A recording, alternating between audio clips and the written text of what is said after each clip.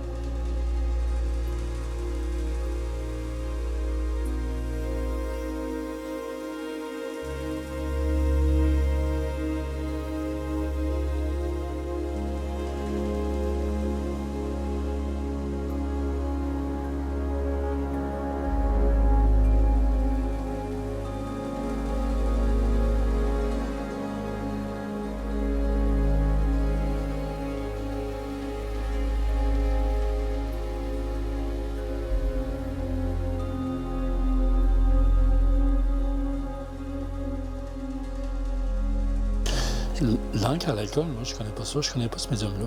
Pourquoi avoir choisi ce médium-là? En fait, quand j'ai commencé, moi non plus, je connaissais pas vraiment ça. Mais j'ai une amie artiste qui est débarquée chez nous une journée, puis elle est arrivée avec ça. Puis elle a dit « Ah, on va te faire essayer quelque chose de nouveau que j'ai appris. » Puis tout ça. Puis là, on a travaillé là-dessus un après-midi, puis j'ai comme accroché, là. Puis depuis ce temps-là... J'imagine que Chantal, les oreilles doivent lui sciller là, quand je parle d'elle. Mais c'est vraiment de sa faute, en fait. Ouais. Puis des fois, elle part à rire quand je lui dis ça. Mais ça a commencé comme ça, tout bonnement, dans un après-midi où on s'amusait dans l'atelier chez moi, puis avec ce nouveau médium-là pour moi. Là.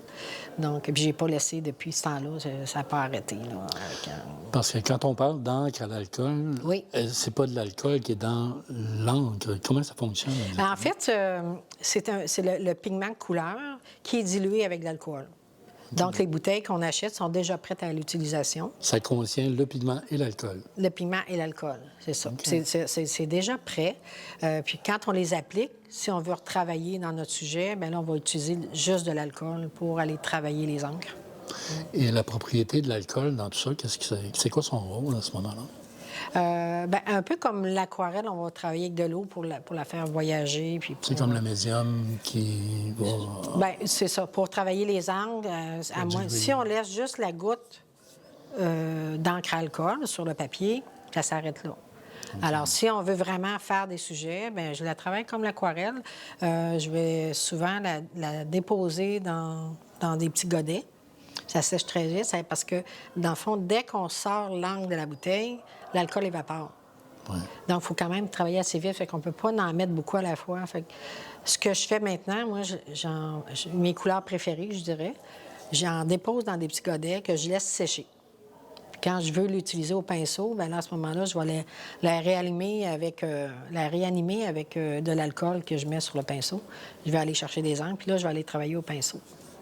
Mais c'est beaucoup plus long à travailler au pinceau avec les angles, mais les résultats sont vraiment satisfaisants à mon goût, là. Donc, voilà. Et le choix du papier, le papier Yupo? Le papier Yupo. Pourquoi avoir choisi ce papier-là? En fait, c'est il y a très, très longtemps, en 2005, j'ai un ami qui m'a fait connaître ce papier-là. Mais j'étais un peu dans mes débuts, j'ai pas tant accroché sur le papier parce que c'est beaucoup plus difficile à travailler.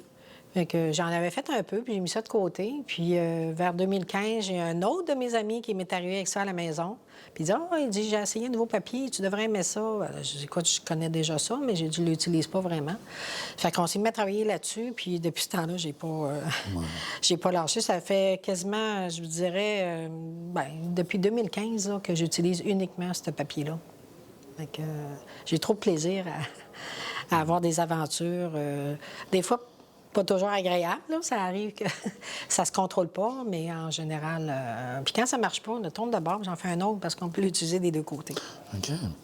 La surface est la même d'un côté avec l'autre. Ouais. Parce qu'un coup que le médium est sur le papier, on n'a plus tellement le contrôle. Bien, je vous dirais qu'à l'aquarelle, quand on utilise l'aquarelle sur ce papier-là, on peut, si ça ne fonctionne pas, on le met dans le lavabo, puis on peut le laver au complet pour commencer. Ah, OK.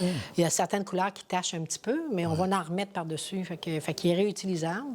Pour les encres, la même chose, sauf que c'est plus difficile à le remettre blanc, là, le papier. Ça prend quasiment une bouteille d'alcool au complet pour laver le papier. Mais je vais le tourner de bord, puis je vais le faire de l'autre côté. Fait qu'il est quand même réutilisable. Là, C'est le fait qu'il ne soit pas absorbant, qu'il soit réutilisable. Exactement. Ça reste en surface. Puis quand le travail est terminé, bien, ça prend un bon vernis, là, puis un vernis en aérosol pour faire la finition puis pour protéger. Là. Ouais. Parlez-moi de vos tableaux. Qu'est-ce qui vous inspire? Moi, ce qui m'inspire, en fait, je suis photographe nature. Donc, je passe vraiment plusieurs journées. Là. Je pars le matin, sac à dos, la caméra en main, la boîte à lunch, puis je pars, m'en vais dans le bois. J'ai plusieurs belles places que je peux aller marcher, puis je me promène. Puis au son de la nature, puis je vois de quoi. Je peux être des fois 10 minutes arrêtée à photographier des mauvaises herbes, tout simplement. La lumière, des fois, les rayons de lumière qui passent à travers les boisés m'amènent beaucoup de plaisir à prendre des photos. Les petites bêtes, des fois, je réussis à prendre des chevreuils, pas souvent. Mais je suis vraiment très proche de la nature. Puis ça nous amène tellement de belles choses dans la nature, autant en hiver qu'en été. L'hiver, là, faire de la photographie dehors, là, c'est des lumières un peu violacées. Là, c'est vraiment différent. Puis l'été, bien, dans le bois, il y a de tout, là, tu sais, de l'écorce de bouleau, aller jusqu'aux petits suisses, ou les champignons sous les arbres morts. C'est de toute beauté. Les là, fleurs. Les fleurs. Fait que ça m'inspire beaucoup. C'est l'instant du moment, dans le fond. L'instant du moment, exactement. Fait que je peux revenir d'une randonnée de photos, des fois avec 200, 300 photos que j'ai prises. Mais là, il faut faire le tri. Ou en enlever, mais il y a toujours des surprises aussi quand on regarde nos photos. Puis quand je suis dans une période où des fois j'ai moins d'inspiration, je m'assieds devant l'ordinateur, je visionne toutes mes photos. Je peux pas dire comment j'en ai dans l'ordinateur, c'est incroyable. Je vais visionner ça, puis là, ah oui, je me souviens, j'étais proche d'une petite rivière, il y avait des belles odeurs de fougères le matin, là, à la rosée. Ouais. L'odeur qui se dégage de ça, là, bien, moi, c'est une source d'inspiration pour moi. Okay. Fait qu'en visionnant mes photos, bien, je me rappelle de certains moments, puis là, ça me dit « Ah oui, je devrais faire telle affaire. » Puis c'est ça qui me donne mes inspirations. Et vous travaillez particulièrement à partir de la photo? Bien, en fait, je m'inspire de la photo, mais dans mes œuvres... C'est pas de reproduction. Il n'y a pas de reproduction de mes photos. Même souvent, je vais regarder mes photos, mais je n'ai pas de photos à côté de moi quand je travaille. Okay. Je les ai en mémoire. Tu sais, Puis là, bien, j'invente un peu j'invente mes paysages. Quelqu'un me dit « Ah, c'est beau, c'est à quel endroit que tu as fait ça? » Ça sort de ma tête. Ouais. Tu sais, c'est un mélange d'un peu Ça pourrait de être tout. partout. Ça pourrait être partout. Ouais. Jamais que je vais intituler, mettons, « Vue de tel endroit » ou... c'est vraiment... c'est des sources d'inspiration que vous allez chercher. Des sources d'inspiration, tout simplement, que je vais rechercher en visionnant mes photos.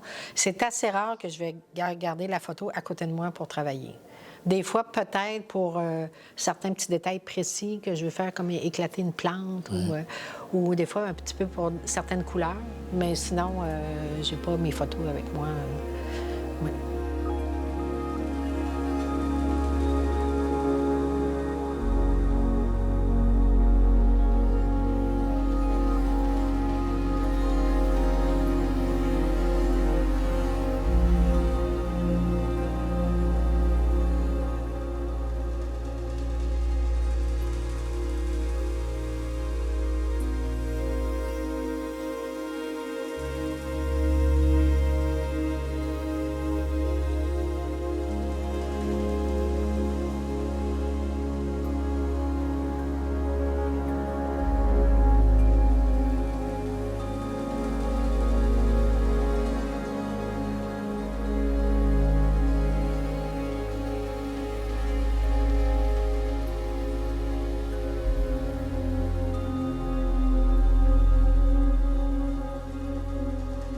Puis de...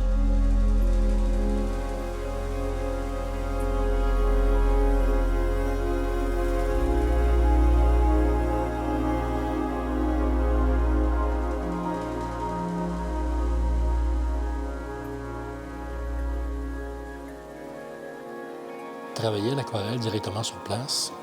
Ça serait pas Je le fais pas tellement. Non? Non, j'ai trop de distractions dans l'environnement autour de moi. Fait que je veux pas Trop de tellement. choses qui se passent. Il y a trop de choses qui se passent, Même si c'est effectivement. calme. Même si c'est calme, il y a beaucoup de choses qui se passent. Il y a toujours toutes sortes de petits bruits. Entre autres, une fois, j'étais montée, c'était au Mont-Bel-Air, là, à Québec. J'avais marché quasiment 5 km pour me rendre au marais. Puis là, il y a une belle petite balustrade où on peut aller s'asseoir sur le bord du marais, là. J'étais toute seule, moi. J'avais rencontré personne cet après-midi-là. Je me promenais, je suis allée m'asseoir là. Je vais me prendre un petit lunch. Bien tranquille, juste les sons. À un moment donné, j'entends un craquement. Je suis comme, je suis plus tout seul. Là, je me demandais, tu sais, L'inspiration j'osais qui pas s'en vient. trop. Fait que là, j'entends. Je me tourne d'abord, un beau gros castor qui a plongé dans l'eau. Puis là, il s'est en allé, il est passé un peu en avant de moi. Puis il y avait comme une espèce de petite mini-île de rien, là, à peu près à une centaine de pieds plus loin, avec un arbre de bouleau qui était tombé. Il traînait dans l'eau, puis il était à côté là. J'ai dû observer ce castor-là pendant une grosse heure. Là. J'ai fait une série de photos là, incroyables. Tu sais, il me donnait un spectacle. Là. Tu sais, j'ai réussi à prendre les pattes, les griffes, les petites oreilles. Puis même quelque chose que j'ai jamais trouvé, c'était quoi? Qu'il arrachait l'écorce du bouleau, qui tenait dans sa patte, puis il se frottait. Ah. Puis j'ai fouillé pour trouver la Peut-être une réponse. cure de santé qu'on connaît pas. Peut-être. Puis ça a été, tu sais, c'est des beaux moments, là, tu sais, puis quand je repense à ça, là, puis c'est drôle, hein, parce que j'ai pas encore peint de castor. Ah. Mais c'est à quelque part dans ma tête. J'en ai imprimé un l'autre fois, là, pour essayer de le laisser traîner, puis me dire, à un moment donné, je vais... Fait que moi, c'est beaucoup ces beaux moments-là qui m'inspirent à faire de la création. Tu sais, c'est ces souvenirs-là. Ça fait quand même quelques années, l'histoire du castor. Mais, tu sais, j'y pense à ça. Ah oui, j'étais au marais, c'était calme. Ça vous rappelle des souvenirs. Ça rappelle des souvenirs, puis, tu sais, ça va me donner le goût de... Puis que c'est assez rare que je vais peindre d'autres choses que la nature. Ouais. En général, c'est pas mal paysages, des plantes, des cours d'eau, des marais, quelques petits animaux. Parce que quand on regarde vos tableaux, c'est surtout figuratif. En partie, oui. Je vais une tendance à aller plus vers l'abstrait. Ah. Surtout quand c'est les encres à alcool, malgré que j'en ai à l'encre à alcool qui sont quand même assez figuratives. Mais c'est un peu les deux. C'est toujours de mon inspiration. Quand c'est assez... ça a l'air de rien, mais faire de l'abstraction, c'est pas facile. Oui. C'est quand même C'est difficile. Avec les angles, des fois, j'ai moins de misère, excusez. Avec les angles, je vais plus m'éclater. Je vais un peu pif-paf, là, je dépose les angles, puis on travaille un genre de poire pour souffler les angles, les déplacer. Fait que c'est différent de l'aquarelle. Fait que j'ai comme deux sens. C'est plus une façon plus instinctive, peut-être, de travailler. Oui, je pourrais dire ça. Puis, quand je peins des arbres, j'aime beaucoup jouer avec la texture de l'écorce, puis faire des nœuds dans les arbres. Puis, c'est ça, ça demande un petit peu plus de précision, malgré que des fois, c'est de l'écorce, mais c'est un peu quand même pas nécessairement à 100% réaliste, là. Oui. Ça fait que, toujours un peu l'inspiration du moment. Comment on se sent cette journée qu'on décide de s'installer, puis De se respecter dans l'environnement puis dans le moment présent. Oui, vraiment. Donc, C'est ce que j'aime beaucoup. Qu'est-ce qui fait qu'à un moment donné, ça pourrait se diriger plus vers l'abstraction plutôt que dans le figuratif? Y a-t-il un élément déclencheur qui fait que... L'élément déclencheur, je dirais, moins de rigidité. Ah. J'ai travaillé longtemps comme coordinatrice au service à la clientèle. C'est un travail que j'adorais, mais qui était très rigide. Ça demande du contrôle. Ça demandait beaucoup de contrôle, tout ça. Puis ça reflétait beaucoup dans mes œuvres. Surtout dans les premiers temps, là, c'était tellement rigide ce que je faisais. Puis je me le faisais dire des fois par les personnes qui m'enseignaient. Ils me disaient, c'est rigide, t'as pas de souplesse. Mais c'est vraiment difficile de relâcher, là. Tu sais, de dire, OK, je veux faire quelque chose d'un peu plus fluide. Les encres à alcool me permettent de le faire. C'est difficile de se dissocier de ce qu'on vit. Exactement. Alors, c'est sûr que ça va se refléter quelque On part. passe 8 heures par jour pendant 5 jours de semaine à être dans la rigidité pour ton travail. Quand tu arrives le soir, tu veux travailler dans ton atelier ou sur ton travail artistique ou les fins de semaine. Il y a T'as pas des grosses décroché, chances que là. ça se répercute. C'est ça. Fait que ça se reflétait beaucoup, là. Puis même si je retourne en arrière, puis je vais sortir des œuvres que j'ai faites il y a peut-être 10-15 ans, puis je regarde ça, puis je me dis, mon Dieu, je le vois, la rigidité, tu sais, puis je me disais, ben là, dans ce temps-là, je les aimais, mais aujourd'hui, je ne présenterai plus jamais ça, là, parce que on sent pas le laisser aller. C'est ça. Puis c'est vraiment difficile aussi de se rendre jusque-là, d'avoir un laisser-aller, d'avoir un lâcher-prise. Puis souvent, quand j'enseigne mes encres ou quand j'enseigne mon aquarelle sur ce papier-là, au début, la première chose que j'aime mes élèves, êtes-vous prêts à avoir un lâcher-prise? Parce que là, il y a moins de contrôle sur ce papier-là. C'est pas facile, le lâcher-prise. Pardon? C'est pas facile, le lâcher-prise. Non, c'est pas facile. Puis c'est pas juste dans l'art, c'est un peu dans tout aussi. Là. Ça fait que c'est un bon moyen aussi pour essayer de relâcher là, ce qui nous entoure.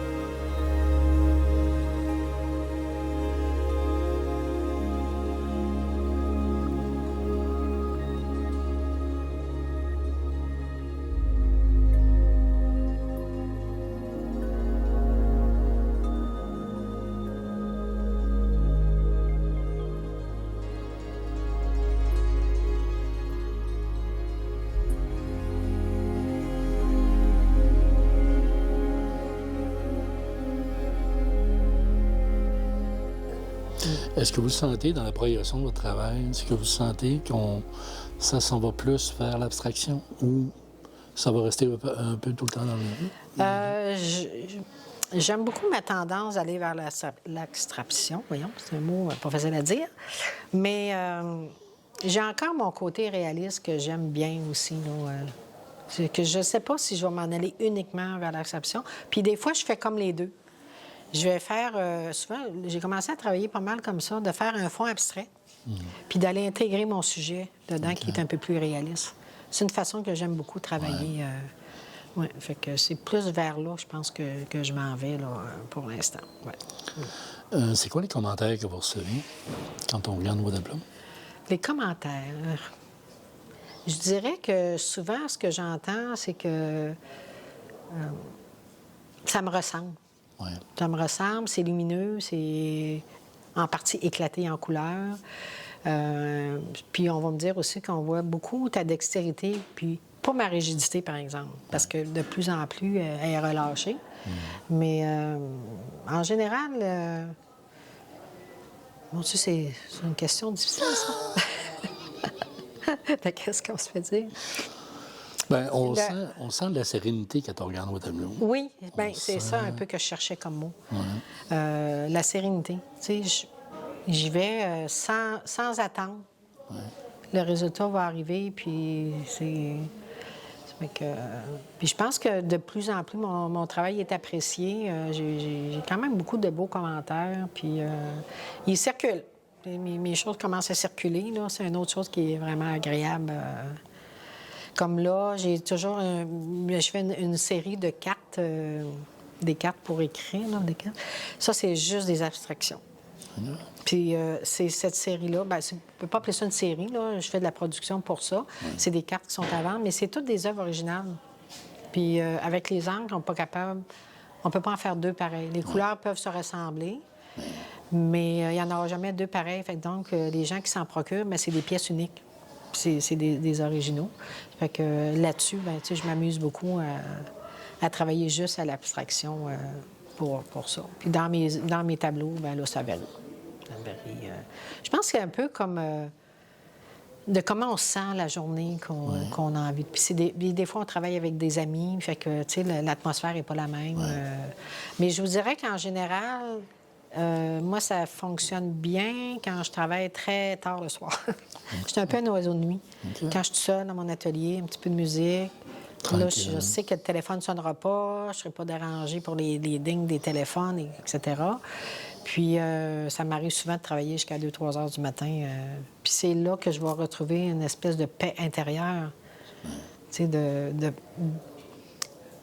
pas que je veux pas être dérangée, mais c'est... Mettons qu'on rentre dans une autre sorte d'atmosphère. Assez que quand je me dis « Oh mon Dieu, il faudrait que j'arrête puis que j'aille me coucher. » Je pourrais dormir, là. Parce que ça continue à rouler dans la tête. Ça continue à rouler, oui, mais j'ai tellement été intense dans ce que je faisais qu'il n'y avait rien autour pour me déranger. Des fois, j'ai l'impression que j'ai dormi une partie de la veillée. C'est reposant aussi. Parce que le vide s'est fait complètement, il n'y a plus de stress, puis...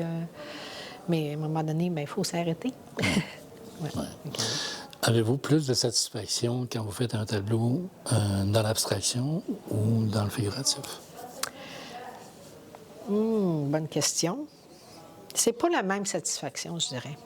Tu sais, dans l'abstraction, c'est beaucoup un lâcher-prise. Fait que, tu sais, des fois, je trouve ça le fun de dire « je me suis laissé aller, j'ai fait ça. » Puis, c'est... Parce que c'est pas facile de faire de l'abstraction. C'est pas comme on pense, là, tu garages la couleur, puis ça se fait tout seul. Là. C'est vraiment pas ça. Il faut que ça ait quand même une certaine structure. Puis... Mais quand je fais de quoi qui est un petit peu plus concret, bien, je suis satisfaite, tu sais, de la réalisation, des petits détails, tu sais, de jouer plus avec les textures. Puis de faire imaginer les gens où est-ce qu'elle a bien pu avoir vu cette scène-là. Mais ils sortent tous de ma tête, finalement. Là. Comme je vous disais tantôt, c'est un regard sur ma panoplie de photos que je prends en nature. Et puis, c'est un peu un mélange de tout ça que je vais mettre sur papier. Bien, c'est ça, sur papier. Votre exposition est jusqu'à quelle date? Ça débutait aujourd'hui, puis ça dure jusqu'au 8 mars. Jusqu'au 8 mars. Jusqu'au 8 mars, exactement. Alors, on invite toute la population à venir voir votre travail. Pardon? On invite toute la population à venir voir votre travail. Eh bien oui, certainement. Il faut venir faire un petit tour ici à la bibliothèque. Vraiment une place accueillante. J'ai été bien reçue. Tout s'est bien passé. J'ai eu de l'aide pour le montage. Une personne extraordinaire qui m'a fait donner un coup de main vraiment le fun. Puis je suis bien contente d'avoir pu traverser cette exposition de ce côté-ci de la rive. C'était pas la première fois pour vous à Baie-Saint-Paul? Non, à Baie-Saint-Paul, je viens, pas à chaque été, là, mais je viens quand même assez souvent. J'ai fait longtemps, c'était en 2005, 2006, 2007. Pendant 5 ans, il y avait un symposium à l'île aux Coudes. C'était l'artiste Jacques Caron, je pense, qui s'appelait dans le temps. Et puis, fait que je venais pendant comme 5 ans en ligne venir faire ce symposium-là. Et puis, sinon, je viens faire des balades. L'été passé, j'ai amené une amie. Elle n'était jamais venue à Baie-Saint-Paul, puis elle n'était jamais allée à l'île aux Coudes. Fait que je dis, on va aller découvrir ça. Moi, je les trimballais un peu partout.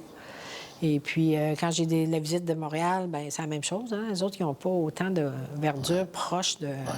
Ça fait que quand mon ami descend à Québec, j'aimerais ça, on irait-tu l'île aux Coudes? Je pense que l'île aux Coudes, c'est la première fois. Je suis venue à promener là, mais Baie-Saint-Paul était déjà venu. Fait que... Mais tu sais, c'est pas loin. Moi, de chez nous, là, c'est à peine 1h30 pour venir ici. Fait que ça se fait facilement aller-retour dans une journée pour venir voir les beautés de la nature. Puis, tu sais, je trouve ça fun. Moins en hiver, par exemple. Mais bon, c'est comme ça. Ça vaut la peine de venir s'inspirer dans le Charlevoix? Oui, vraiment. Encore là, j'ai beaucoup de photos. Merci, Louise. Merci.